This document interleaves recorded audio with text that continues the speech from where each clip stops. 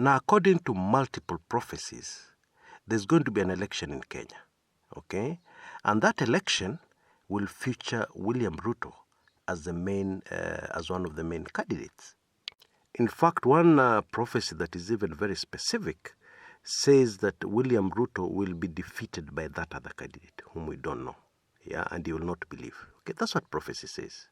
Now, you have to be very careful about prophecy because a lot of times it does not turn out the way you analyze.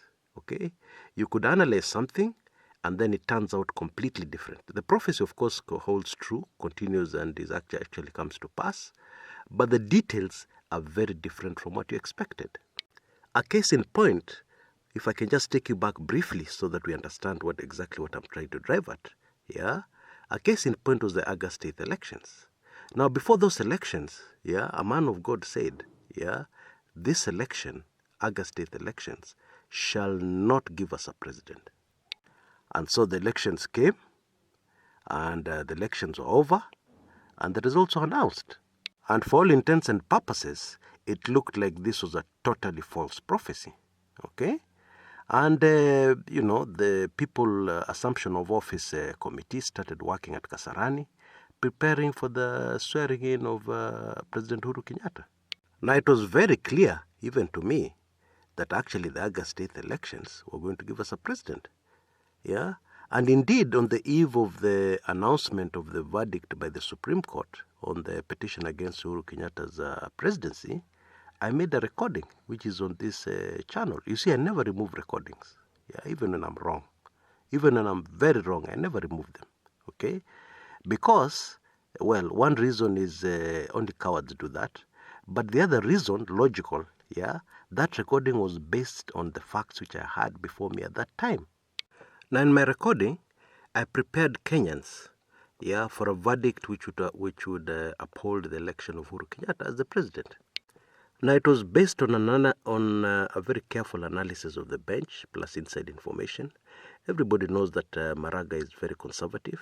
Yeah, I mean the former Chief Justice was less conservative. Yeah, for example, he did not believe in the traditional wigs. Yeah, therefore we had a different dress code for the Supreme Court judges when they were seated hearing a petition. You can see that in photographs when you compare the 2013 petition and the 2017 petition. Yeah, in many ways, Maraga is very traditional. And looking at the bench, the only judge who would be able to have an open mind and be able to judge the facts before him, according to my analysis, was Justice Lenaola. Justice Mwilu was 50-50. And then Justice Smoking Wanjala already had a president, which we could go on, yeah, in the 2013 election. He was part of the unanimous bench that ruled throughout the petition against Uhuru Kenyatta. Yeah, that was in 2013. And so it was very obvious and very clear what direction the ruling was going to go. But then here is what happened. Yeah, after the judges retired to, analyze the evidence and make their decision, the Chief Justice ordered all the judges to switch off their phones. The others who say he actually collected those phones.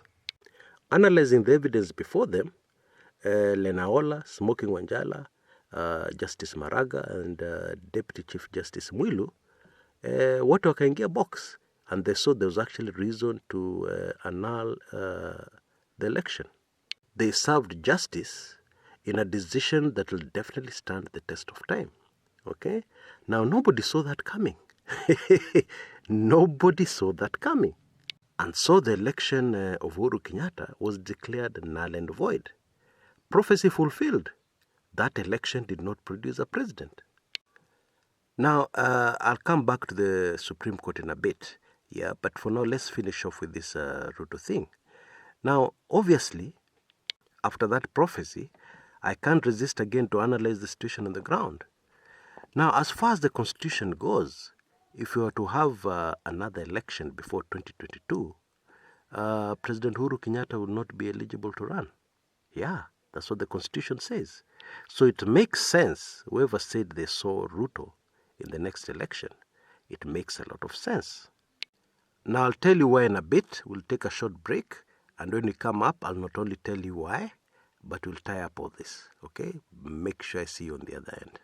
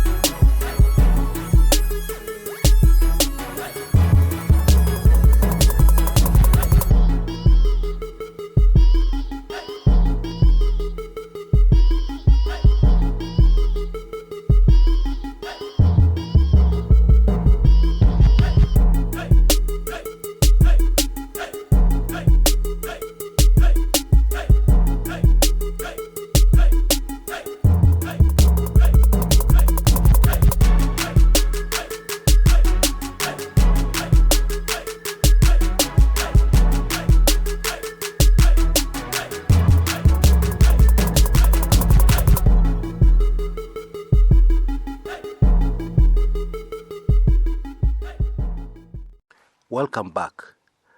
Now, according to very credible information, Ruto's original game plan, or Uhuru Ruto's original game plan, was that after Uhuru finishes his term, what would happen is that Ruto would go for the presidency, and then, wait for this, deputy president would be Uhuru Kenyatta. Now, something like that has happened in Russia, okay? And according to me, very smart. Yeah, that is something that would have worked. However, looking at the way the Uhuru presidency has gone down, yeah, and those surrounding the president, and the image they've been trying to portray of the presidency, and their thinking and their actions and their decisions, definitely such an arrangement is a non-starter. I can imagine deputy party leader saying, the president of the Republic of Kenya, Uhuru Kenyatta, as a deputy president? Oh, you must be mad. But of course, this deal was made a long time ago.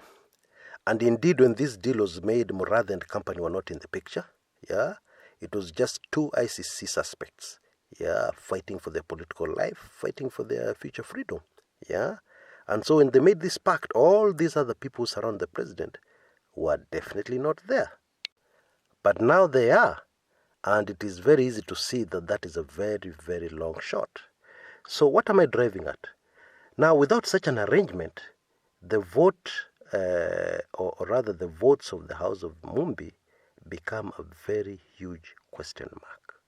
However, whichever way you look at it, Ruto is definitely going to be still in play as a major factor in Kenyan politics.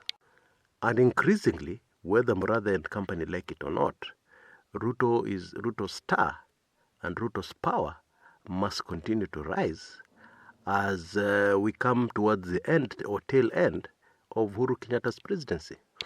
And that tail end may be very soon, because I smell an election very, very soon. And the Constitution does not allow the president to run for a third term.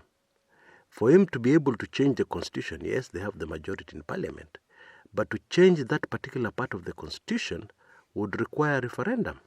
Yeah? And winning such a referendum in the Kenya of today as we know it is a very, very, very tall order. So we must assume that Uhuru will not be in play. And therefore, whether Kenyans like it or not, whether you and I like it or not, the person that has to come into sharp focus is William Samoei Ruto. Now, coming very quickly back to the Supreme Court, it seems that the person who made the difference on August 8th was the Chief Justice Maraga. Yeah. Now, this seems to be confirmed by the way Jubilee are behaving. Yeah, because their main target in the Supreme Court seems to be Maraga, the Chief Justice. And yet, as we saw in my recording yesterday, they do not need to change the Chief Justice. They do not need to attack the Chief Justice to influence the Supreme Court decisions. Yeah, all they need is a majority on their side. They can leave Maraga alone so that, because whatever decision has to be made, as long as their numbers are there amongst the bench, it doesn't matter what Maraga thinks or says. But it seems they're very determined to go after Maraga. Yeah? And indeed, this was confirmed by a comment by the immediate former Chief Justice, William Ruto, who said that the attacks on Maraga are actually personal. Yeah? The whole idea is to intimidate Bwana Maraga. Mutunga has said that if there were genuine complaints, there are avenues, there are ways to address those complaints, yeah, through the Judiciary Service Commission, yeah. But having this in an open letter that is in the press, is in the public domain, is definitely a personal attack aimed at intimidating Chief Justice David Maraga. Clearly, in this case, it seems that Jubilee are on a revenge mission. That's really what it is. Very sad. But whichever way you look at it, it seems that we're in for some very interesting times in Kenyan politics. Until next time, this is Chris Kumekucha.